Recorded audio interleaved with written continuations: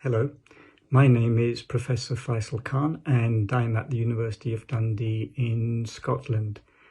I'd like to start by saying that my colleagues and I are extremely delighted to have been awarded a research grant from Heart Research UK for a study in which we will be looking at the role of inflammation in blood vessel damage in people who have been infected with COVID-19.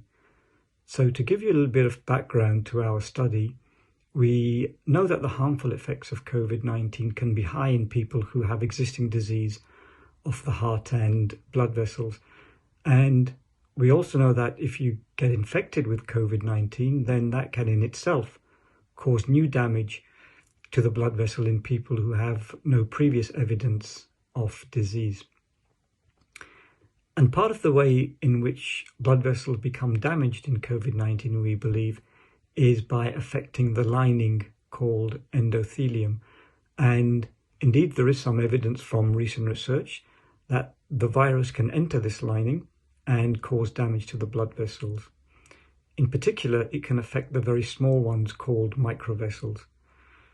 So we think that the damage to the blood vessels is caused by inflammation, which becomes amplified in COVID-19. Now, inflammation is a normal protective mechanism and an important part of the body's immune response to help us fight infection. However, if this inflammation becomes persistent, and it does in COVID-19, then it can have damaging effects to the body. We also think that abnormal activation of a particular type of immune cell called the neutrophil might be linked with blood vessel damage. So the aims of our project are firstly to determine whether abnormally high activation of neutrophils in people who've had COVID contributes to blood vessel damage. And then secondly, if we can reduce this activation of neutrophils with drug treatment, will this reduce the blood vessel damage? Our plan of study is that we will test the function of blood vessels of people who have had COVID, and we will see whether there is abnormality in this function compared with people who are healthy and have had no COVID-19.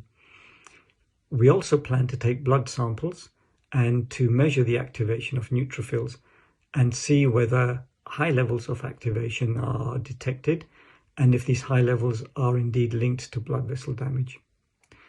So we are very grateful to Heart Research UK for supporting our research here in Scotland, which we hope will give us a better understanding of how COVID might be damaging blood vessels and, importantly, how we can improve the outcome for patients.